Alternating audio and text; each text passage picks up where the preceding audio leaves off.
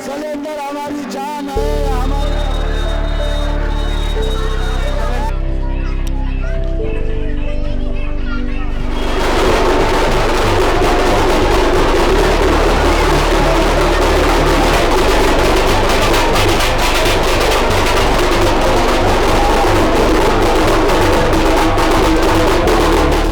ये कौन सा एरिया है यहाँ पे हम लोग बैठे हैं? ये मुस्तफाबाद है, ओल्ड मुस्तफाबाद, वार्ड नंबर 243। क्या लगता है इस बार चुनाव जो एमसीडी का है इसमें किधर मतलब किस किन मुद्दों को लेके लोग वोट दे रहे हैं? 2020 में जब दंगे हुए थे तो डॉक्टर साहब ने जितनी सहायता की बिना पार्टी के रहते हुए भी, जिसे कहते हैं ना पार्टी, एक तो पार्टी का होता है दम होता है, ये पार्टी पीछे से सपोर्ट है, कोई पार्टी का कोई ओहदा नहीं था उनके पास, सिर्फ डॉक्टर थे, MBBS डॉक्टर।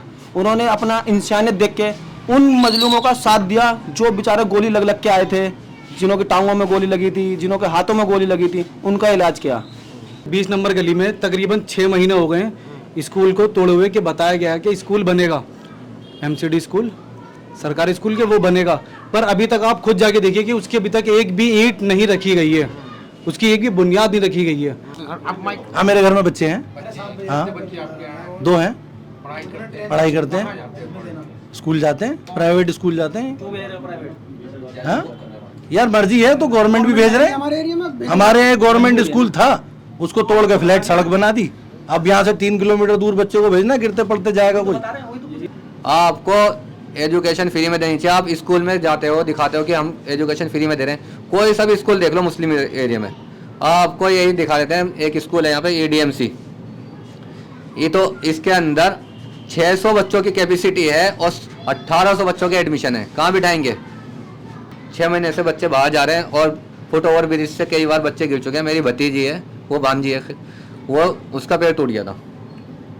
उस बात पे हमने MLA साहब से कहा, MLA साहब ने कहा जल्द बन जाएगा, क्योंकि बरसात हो रही है, बरसात भी निकल गई, सब कुछ हो गया, मगर ये चुनाव की वजह से रोक रखा है।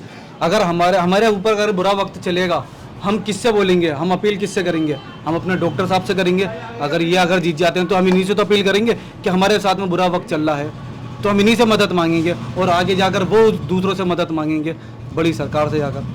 अभी हम यहाँ लोगों से बात कर रहे थे तो 2 मेन समस्या आ रही थी कि एक लिंटर डालते हैं तो पैसे हमें देने पड़ते हैं, दूसरा पानी की ज़बरदस्त समस्या है, 600 रुपये का हमें बॉटल, तो क्या, और गंदगी, तो क्या ये मुस्तफाबाद मुस्लिम एरिया है, इस वजह से जो ओवैसी कहते हैं कि देखो हिंदू एरिया का हाल और मुस्लिम एरिया, तो क्या आप इस बात को मानते हो कि मुस्लिम मोहल्लों को जानबूझ के छोड़ दिया गया है कि अपने भरोसे?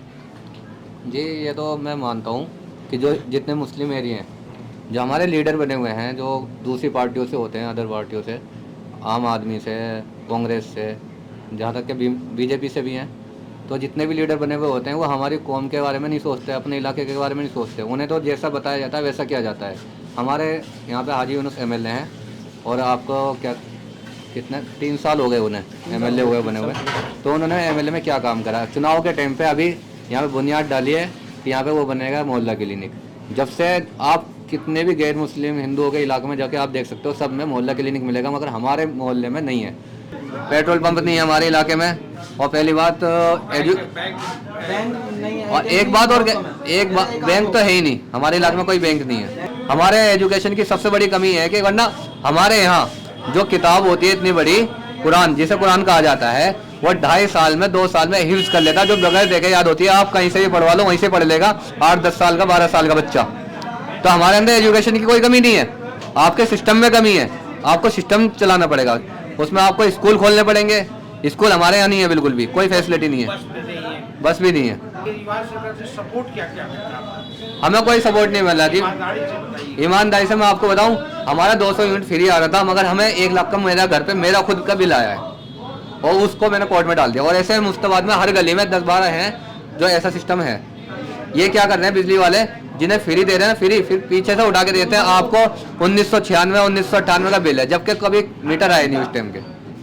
ये मुस्ताफाबाद वार्ड है, मुस्ताफाबाद वार्ड है ये।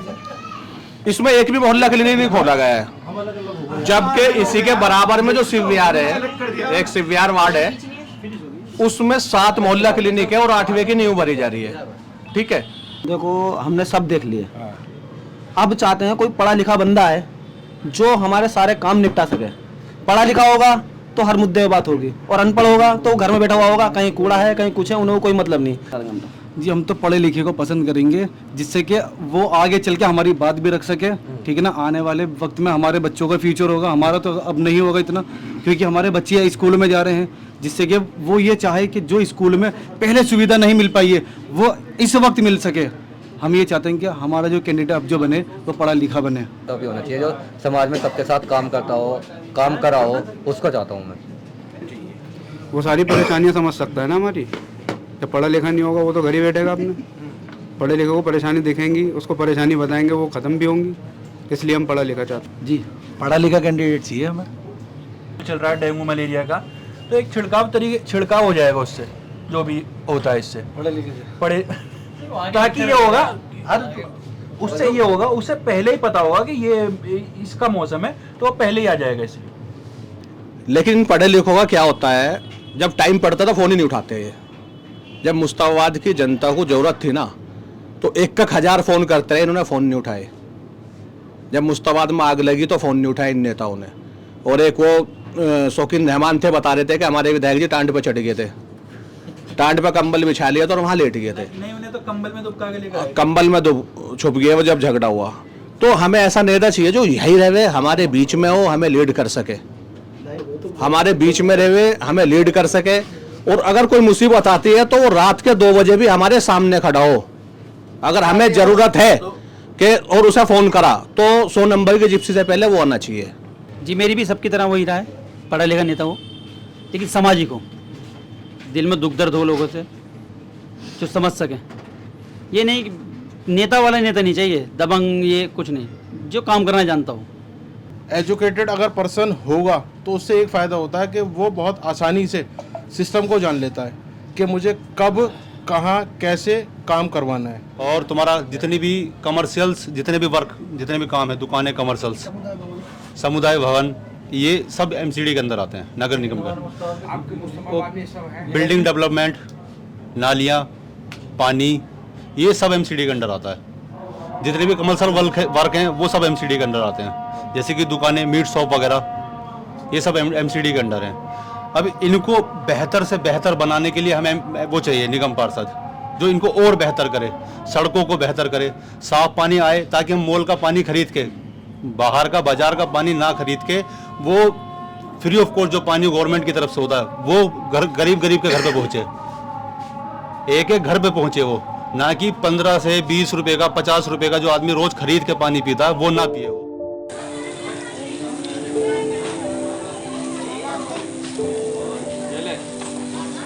होटल वालों को 70 रुपये ले लिए।